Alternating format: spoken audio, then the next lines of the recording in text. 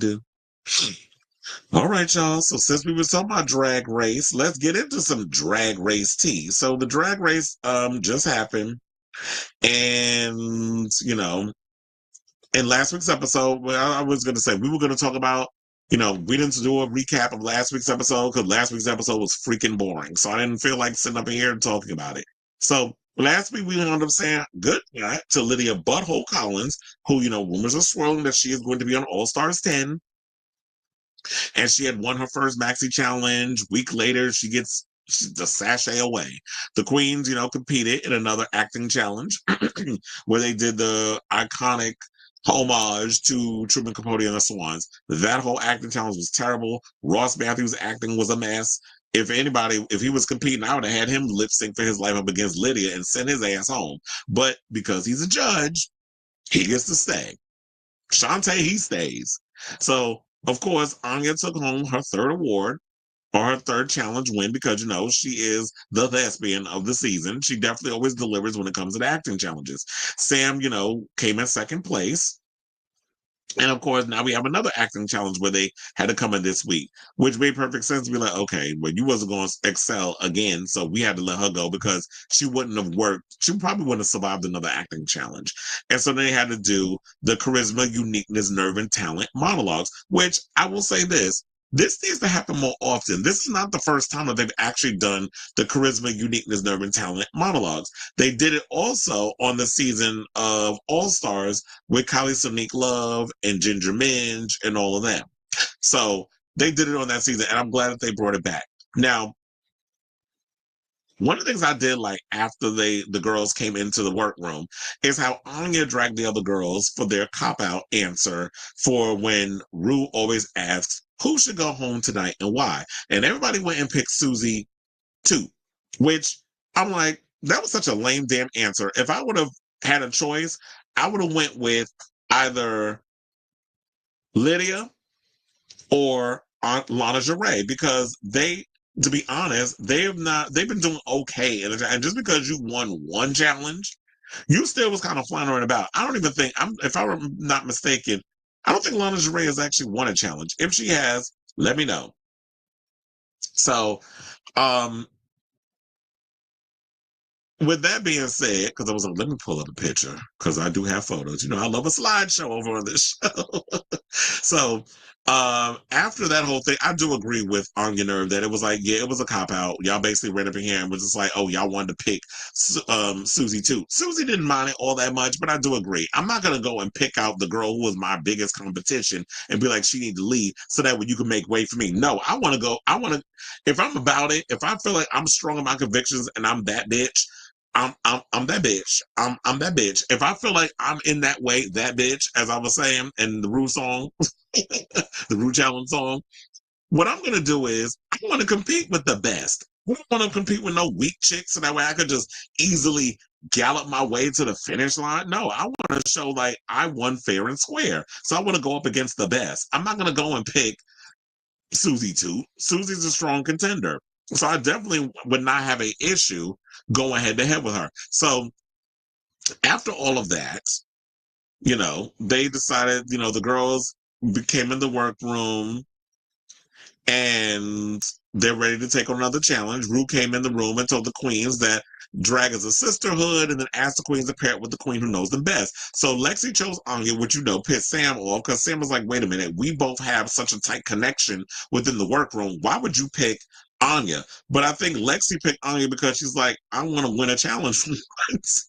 I'm tired of getting in my own head and working, I don't want to be safe. I want to actually have a way of winning. But apparently, Anya must be that anxiety whisperer because she did end up helping Lexi get out of her own head. And we'll get to, I don't want to jump the boom boom gun too fast. So we'll get to that point. So they had to write their partner's drag race bio. Now, here's the thing with this whole thing with the Mad Libs bio thing. where they had to read in front of the group, which is basically they like this thing they have written out, and you have to just write something in the blank. So filling in the blank. I actually like this challenge. I think y'all need to keep this around because here's the thing: y'all been kind of boring as of late with a couple of the challenges. So I would love to see them continue this whole thing. This was actually pretty funny the way they was doing that. And sidebar, can we get more of the pit crew? Because we have not been seeing a lot of the pit crew. I'm not talking about Asaf and all of them. I need more Bruno. And Bruno in them pink shorts. I was like, okay, please, I see all that Brazilian meat down there. And how the body was bodying and all that pink. So I want to see more Bruno. I want to see more of the I want to see more pit crew. Like, first of all, the one thing I always loved about Drag Race is how the pit crew has always been incorporated throughout the show. I feel like they're trying to take away too much of that other stuff. And another thing I'm noticing, and I mentioned this before, the She Done Already Done had hers is. We don't even have that no more. Now it's the girls kikiing, and then Ru just won't hello, hello, hello, and then all of a sudden everybody gets excited. So y'all, it's like y'all just slowly trying to eliminate certain things that are staples in the Drag Race situation. So yeah, so then they had the mini challenge, which I did find funny. A couple of them was funny. I mean, was all right, but the one I did like was when Anya wrote that Lexi takes inspiration from Niecy Nash and Aunt Jemima, and Lexi had Anya introduce herself as Corey King. That was the only thing that I thought was funny from Lexi's. The other things with the toenails, and I was like, okay, girl, that's gross. But the Niecy Nash and Jemima thing and all the other stuff that Anya Nerd put in, that was hilarious. And making her say all of that had me cackling. So the Jules, but I was going to say the Jules Sparkles one where she gave a scathing bio of Susie Toot, that was funny. I actually loved, I was like, okay, Jules, you got that one. So her actually winning the challenge was justified. The only problem is, and this we're going to get to. So, Bruno comes in the room, brings in a pink furry box, which the girls had to dig into, and the girls had to pick out their story prompts. But the twist is that the pairs that they already had picked for the mini challenge, one will have to tell the story orally, while the other one have to do an interpretive dance, which I did find funny because Susie decided to take it literally, and had Miss Mama's up in there dancing like y'all was auditioning for Alvin Ailey. I'm like, y'all don't need to be doing all of that. It's an interpretive dance. Just make it funny. Have a good time. You getting a little too serious when it comes to these performances, but y'all know how Susie gets. So it was kind of, annoying. But then the funny part was, yet again, because y'all remember what happened last time, because, oh my God, because, oh my God, what was like all of a sudden I just drew a damn blank. Because she won the challenge. Who was it that won the challenge? Now look at me. Like I'm sitting here like drawing a damn blank. My name's Jules Sparkles. Thank you, Brain, for finally cutting away the cobwebs. So because Jules Sparkles won the challenge, she had to choose the order again. And y'all remember what happened the last time when she had to choose the order. She had got into it with Arietti. Arietti wrote what she wrote in that damn mirror. And she got into it with Lexi. And Lexi was sweating yet again because it was like, okay. But they managed to make it work with what they had in regards to that situation. So it wasn't so bad the way that they worked out the situation. Because we always said from the beginning, it doesn't matter which way you go in regards of the orders and all that other stuff. If y'all come up with a good bio, a good interpretive dance, and Ru and them like it and it's silly enough and it's not taken so seriously, it'll work.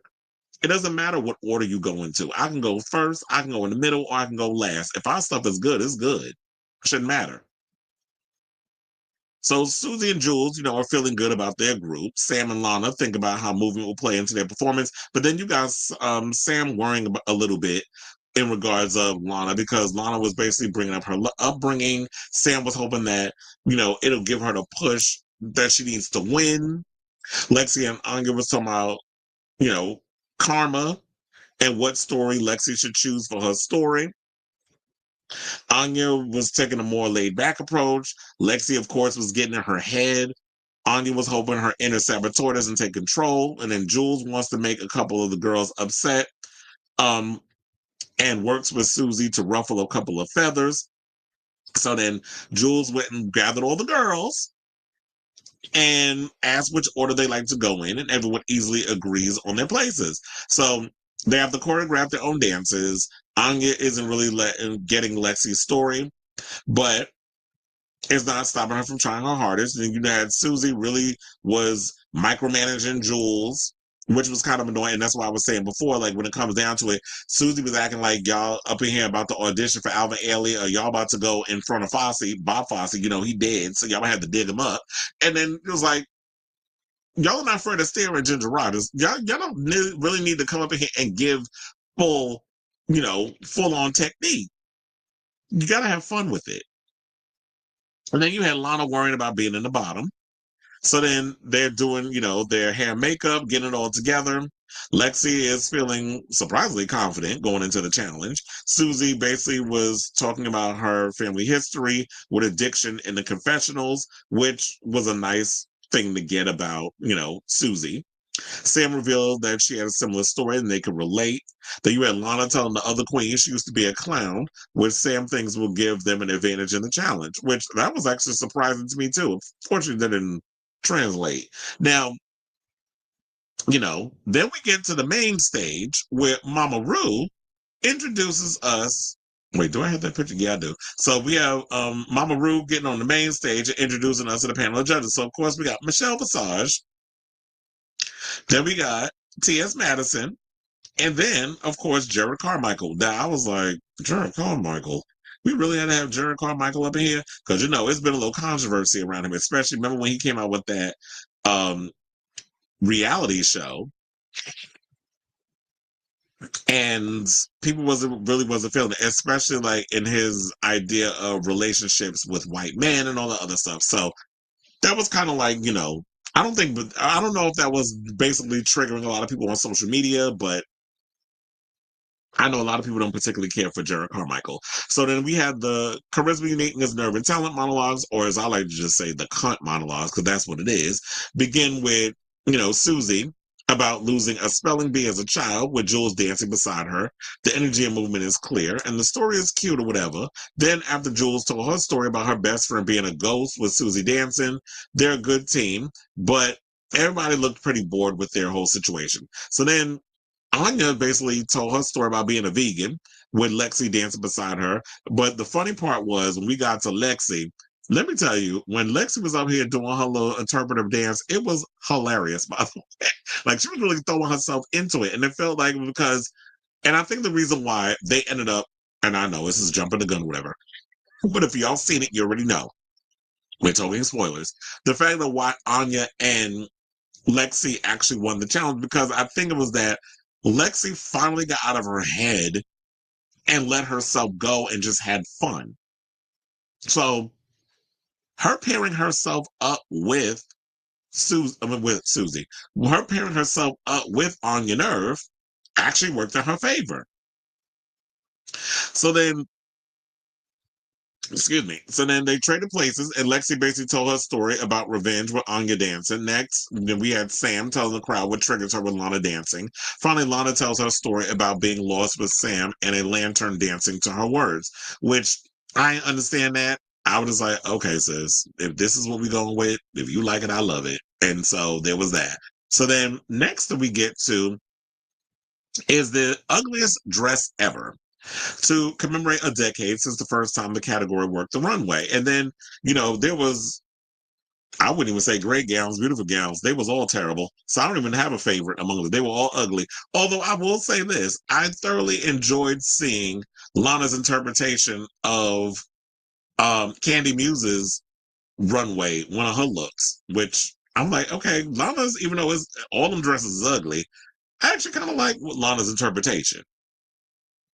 So then when after the not so great gowns, terrible gowns, finished doing their thing on the runway, Michelle basically started off with critiquing Susie in the challenge. So Michelle and Tiaz loved her story and felt moved by it, but felt disappointed with her dance.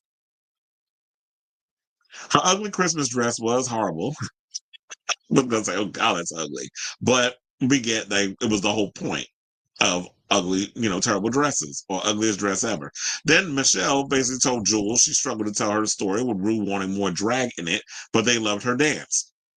All the judges agreed that her outfit isn't ugly enough. Now, and I do agree with that. It just looks like some regular 80s prom dress. Like maybe to you that would be an ugly dress, but trust and believe there would have been many a girls in the 80s wearing that dress to their prom.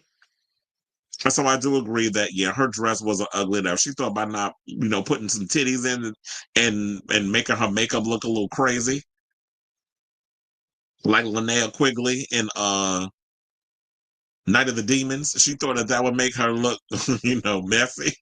If you haven't seen that movie, you'll know exactly what I mean about Linnea Quigley and who did her makeup, especially when you watch that movie in HD.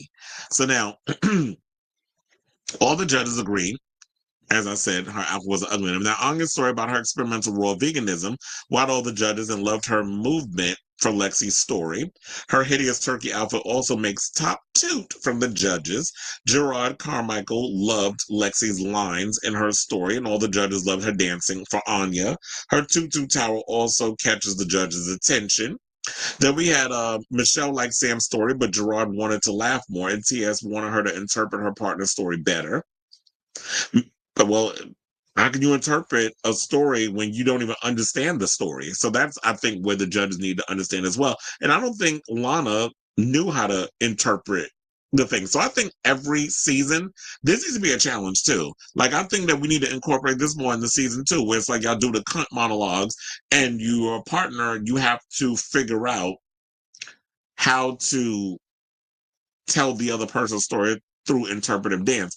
And if it comes down to it, that will be like, okay, this is the thing that gets you to move to the next challenge. So we get top 5. So now, they also said Michelle tells her that her dress is gorgeous, but Rue can tell why she would think it's ugly. So then Gerard can relate to Lana's story the most, but Michelle felt she was disconnected to the words. TS tells her she interpreted Sam's story better than she told her own. And that's probably because when Michelle said she felt disconnected to the words, it's probably because maybe Lana didn't have a story that she felt that she could feel compelled to tell and she felt connected in some sort of way. So therefore, the interpretation of it, if Sam's not getting it and you're not willing to sell me the story, then yeah, I'm not going to get it. So that probably, I think, hurt Lana in so many ways.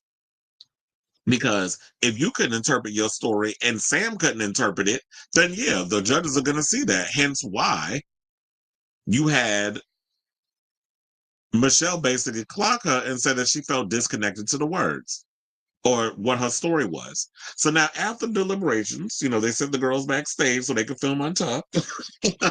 And then they had the judges sat back and deliberated.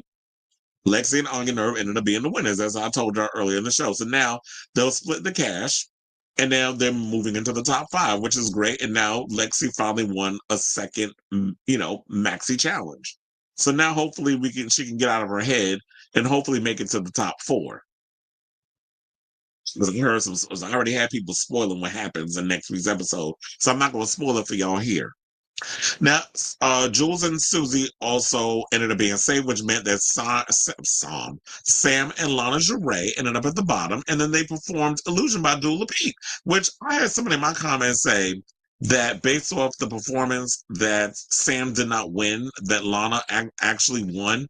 And I'm sitting there like, were we watching the same thing? Because definitely they both delivered. And I thought Sam did well, and I also thought Lana did well. However, I do believe that the reason why Rue chose Lana to sashay away is because Lana's already been in the bottom 4 times, and based off of how she was giving in the show, she is not ready to make it to the end and snatch a crown. She made it as far as she did. Hopefully, we'll see her well polished, a little more polished once she gets to All Stars. And she even went on social media, on her Twitter, I didn't pull up the tweets, but I'm paraphrasing. She was like, "A lot of y'all seem to forget that I'm relatively new to drag, and I'm applying a lot of the critiques that a lot of the judges have been telling me, and I'm applying it to my day-to-day life and what's going on with me and all this other stuff. Like I'm to better my drag." So she said this. So but I know a lot of people was like, well, shouldn't you have did that before you came on the show? I think some people, and I don't know, maybe y'all could agree or not, but I feel like a lot of times when it comes to this situation, that maybe the reason why people are feeling the way that they feel is because when it comes to drag and drag race, a lot of the girls, yeah, I think some of y'all are jumping into the drag because y'all want to be famous on TV and parlay it into other things. Those who actually love the art and will continue it and will continue to rise, and the cream will always rise to the top, I guess is what I'm trying to say. But when it comes down to it, it kind of makes you wonder. It's like, yeah, a lot of y'all are jumping into this space because it's like, oh, yeah, I want to be on TV. And if I attach myself to this person who used to be on the show, I'm the daughter of this one. Now it's like Nepo drag baby is the future of drag race and where it's going. So a lot of times, a lot of these girls aren't doing like how when I was a kid, how we saw drag, which was pre-drag race, which is you had to come up in the clubs.